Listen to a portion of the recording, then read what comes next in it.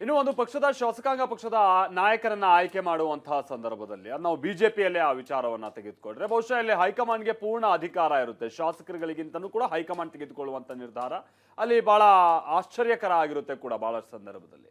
But ಕಾಂಗ್ರೆಸ್ನಲ್ಲಿ ಸ್ವಲ್ಪ ಪದ್ಧತಿ ಈಗಲೂ ಕೂಡ ಭಿನ್ನವಾಗಿದೆ. ಅಂತ ಅಂದ್ರೆ ಶಾಸಕರುಗಳು ಯಾವ ನಾಯಕರನ್ನ ಆಯ್ಕೆ ಮಾಡ್ತಾರೋ ಶಾಸಕಾಂಗ ಪಕ್ಷದ ನಾಯಕನಾಗಿ ಬಹುಶಃ ಆತನಿಗೆ ಮುಖ್ಯಮಂತ್ರಿ ಸ್ಥಾನ ಅನ್ನುವಂಥದ್ದು ಹಿಂದೆಯಿಂದನೂ ಕೂಡ ನೋಡ್ಕೊಂಡ್ ಬಂದಿದೆ. ಆ ಕಾರಣಕ್ಕಾಗಿನೇ ಸಿದ್ದರಾಮಯ್ಯನವರು ಈಗಲೂ ಕೂಡ ಶಾಸಕರ ಬಲ ತನಗೆ ಇರುವಂಥದ್ದು ಅಂತ ಕ್ಲೈಮ್ ಮಾಡ್ತಾ ಇದ್ದಾರೆ.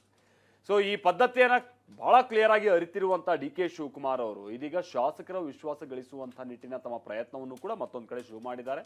ಅದರ ಒಂದು ಭಾಗವಾಗಿ ಜೈಲಿಗೂ ಕೂಡ ಹೋಗಿ ಜೈಲಿನಲ್ಲಿರುವಂತಹ ಕೆಲ ನಾಯಕರುಗಳನ್ನ ಅವರು ಭೇಟಿ ಮಾಡಿ ವಿಶ್ವಾಸಕ್ಕೆ ತೆಗೆದುಕೊಳ್ಳೋ ಪ್ರಯತ್ನ ಆಯ್ತು ಅನ್ನುವಂತ ನಾವು ನೋಡ್ತಾ ಇದ್ವಿ.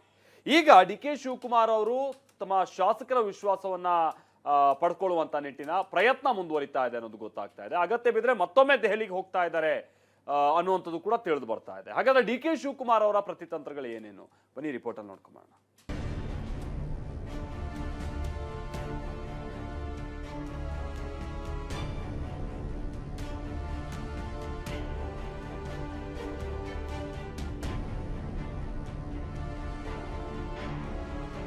ಡಿಕೆ ಶಿವಕುಮಾರ್ ಕಾಂಗ್ರೆಸ್ನಲ್ಲಿ ಸದ್ಯ ಬಹಳ ಚರ್ಚೆಗೆ ಗ್ರಾಸವಾಗಿರೋ ನಾಯಕ.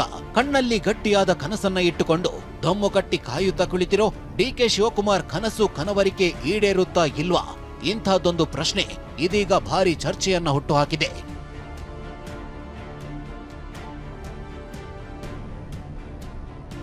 ಡಿಕೆ ಶಿವಕುಮಾರ್ ಆಪ್ತರು ನಂಬಿಕೊಂಡಿದ್ದ ಪ್ರಕಾರ ನವೆಂಬರ್ 21ರಿಂದ ಡಿಸಿಎಂ ಡಿಕೆ ಮುಖ್ಯಮಂತ್ರಿ ಡಿಕೆ ಶಿವಕುಮಾರ್ ಆಗಬೇಕಿತ್ತು. ಆದ್ರೆ ಸಿದ್ದರಾಮಯ್ಯ ಗಟ್ಟಿಯಾಗಿ ಕುಳಿತ ಪರಿಣಾಮ ಡಿಕೆ ಶಿವಕುಮಾರ್ ಕನಸು ತ್ರಿಶಂಕು ಸ್ಥಿತಿಯಲ್ಲಿದೆ. ಹೀಗಾಗಿ ಶುರುವಾಗಿರುವ ದಂಗಲ್ ಕಾಂಗ್ರೆಸ್ ಪಾಳಯದಲ್ಲಿ ಬಿರುಗಾಳಿಯನ್ನೇ ಬೀಸಿದೆ.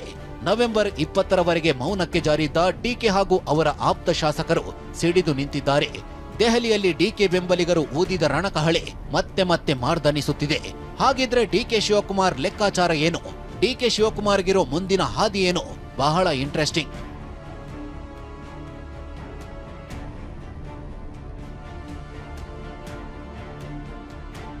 ಅಂದುಕೊಂಡ ಪ್ರಕಾರ ಎಲ್ಲವೂ ನಡೆದಿದ್ರೆ ನವೆಂಬರ್ 2ನೇ ವಾರದಲ್ಲಿ ಕ್ರಾಂತಿಯ ಬಗ್ಗೆ ಮಾತುಕತೆ ದೆಹಲಿಯಲ್ಲಿ ಶುರುವಾಗಬೇಕಿತ್ತು. ನವೆಂಬರ್ 15-16ರ ಆಸುಪಾಸಿನಲ್ಲಿ ರಾಹುಲ್ ಗಾಂಧಿ ಮಲ್ಲಿಕಾರ್ಜುನ ಖರ್ಗೆ ಸಮ್ಮುಖದಲ್ಲಿ ನಾಯಕತ್ವ ಬದಲಾವಣೆಯ ಕುರಿತು ಚರ್ಚೆ ನಡೆಯಬೇಕಿತ್ತು. ಆದ್ರೆ ಎಲ್ಲವೂ ಅಂದುಕೊಂಡಂತೆ ನಡೆದಿಲ್ಲ. ರಾಹುಲ್ ಗಾಂಧಿ ನಾಯಕತ್ವ ಬದಲಾವಣೆಯ ವಿಚಾರದಲ್ಲಿ ಸೊಲ್ಲೆ ಎತ್ತಿಲ್ಲ. ಹೀಗೆ ಬಿಟ್ರೆ ಮುಖ್ಯಮಂತ್ರಿ ಸ್ಥಾನ ಮರೀಚಿಕೆಯಾಗುತ್ತದೆ ಎಂಬುದನ್ನ ಅರಿತ ಡಿಕೆ ಶಿವಕುಮಾರ್ ತನ್ನ ದಾಳ ಉರುಳಿಸಿದ್ದಾರೆ.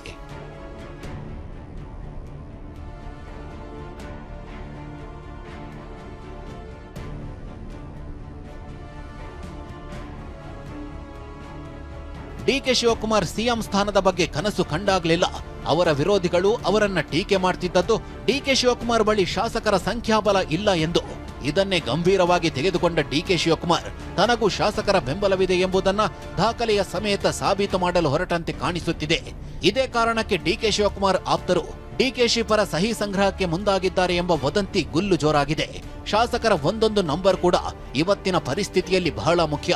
ಹೀಗಾಗಿ ಒಬ್ಬೊಬ್ಬ ಶಾಸಕರಿಗೂ ಡಿಕೆ ಶಿವಕುಮಾರ್ ಗಾಳ ಹಾಕುತ್ತಿದ್ದು ವಿಶ್ವಾಸಕ್ಕೆ ಪಡೆಯುವ ನಿರಂತರ ಪ್ರಯತ್ನವನ್ನ ಮುಂದುವರಿಸಿದ್ದಾರೆ.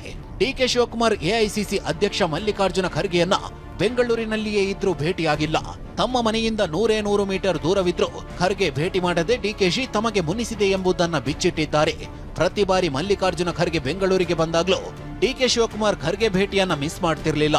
ಆದ್ರೆ ಈ ಬಾರಿ ಮಾತ್ರ ಖರ್ಗೆ ಅವರನ್ನ ಭೇಟಿ ಮಾಡದೆ ಅವರೇ ಏನ್ ನಿರ್ಧಾರ ಮಾಡ್ತಾರೆ ನೋಡಿಯೇ ಬಿಡೋಣ ಎಂಬಂತೆ ನಡೆದುಕೊಂಡಂತೆ ಕಾಣ್ತಿದೆ.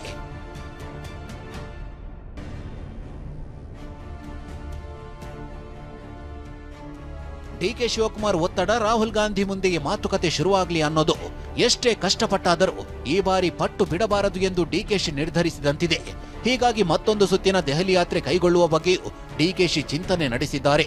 ಡಿಕೆಶಿ ಈಗ ಕೇವಲ ಸಿದ್ದರಾಮಯ್ಯರನ್ನ ಮಾತ್ರ ಫೇಸ್ ಮಾಡಿದ್ರೆ ಸಾಲದು, ಅತ್ತ ದಲಿತ ನಾಯಕರನ್ನ ಕೂಡ ಎದುರಿಸಲು ತಂತ್ರಗಾರಿಕೆ ಮಾಡಬೇಕಿದೆ. ಡಿಕೆ ಶಿವಕುಮಾರ್ ಬಿಗಿ ಹಿಡಿತ ಎಷ್ಟು ಗಟ್ಟಿಯಾಗುತ್ತದೋ ಗೊಂದಲ ಮತ್ತಷ್ಟು ಹೆಚ್ಚಾಗುವ ಸಾಧ್ಯತೆ ಇದೆ. ಪ್ರಸನ್ನ ಗಾಂವ್ಕರ್, TV9 ಬೆಂಗಳೂರು. ಇನ್ನು ಬಹಳಷ್ಟು ಮಂದಿ ಶಾಸಕರುಗಳು ಕಾಂಗ್ರೆಸ್ ಶಾಸಕರುಗಳಂತೂ ನಾಯಕತ್ವ ಬದಲಾವಣೆ ಆಗುತ್ತೋ ಇಲ್ವೋ, ಸಂಪುಟ ಪುನರ್ರಚನೆ ಆದ್ರೆ ನಮಗೊಂದು ಅವಕಾಶ ಸಿಗ್ಲಿ ಅನ್ನುವಂತ ನಿಟ್ಟಿನಲ್ಲಿ ತಮ್ಮದೇ ಆದಂತ ಪ್ರಯತ್ನವನ್ನ ನಡೆಸ್ತಾ ಇದ್ದಾರೆ.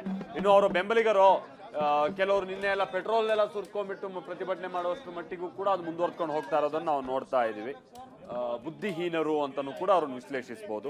ಬಟ್ ಈಗ GH ಶ್ರೀನಿವಾಸ್ ಅವರ ಪರವಾಗಿ, ತರೀಕೆರೆಯ ಶಾಸಕ GH ಶ್ರೀನಿವಾಸ್ ಅವರ ಪರವಾಗಿ ಅವರ ಬೆಂಬಲಿಗರು ಘೋಷಣೆಗಳನ್ನ ಕೂಗಿದ್ರು. ಅಜ್ಜಂಪುರದಲ್ಲಿ ಇವತ್ತು ನಡೆದಂತ ಘಟನೆ, ಸಚಿವ ಈಶ್ವರ್ ಖಂಡ್ರೆ ಅವರು ಅಲ್ಲಿ ಹೋಗಿದ್ದಂತ ಸಂದರ್ಭದಲ್ಲಿ ಈ ಘಟನೆ ನಡೀತು. ಈಶ್ವರ್ ಖಂಡ್ರೆ ಅವರು ಕೂಡ ಶ್ರೀನಿವಾಸ್ ಅವರ ಪರವಾಗಿ ನಾನು ಕೂಡ ಮಾತನಾಡ್ತೀನಿ ಅನ್ನೋ ಭರವಸೆಯನ್ನ ಕೊಟ್ಟಿದ್ದಾರಂತೆ. ಏನಾಯ್ತು ಬನ್ನಿ ನೋಡೋಣ. ನಮ್ಮ ತರೀಕೆರೆ ಶಾಸಕರಿಗೆ ಮತ್ತು ಸ್ಥಳ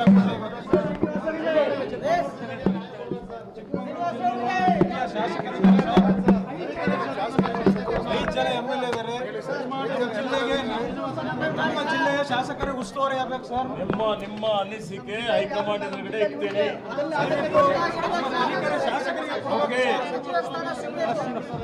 ಸರ್ ನಮ್ಮ ತರೀಕೆರೆ ಶಾಸಕರಿಗೆ ಮತ್ತು ಸ್ಥಳ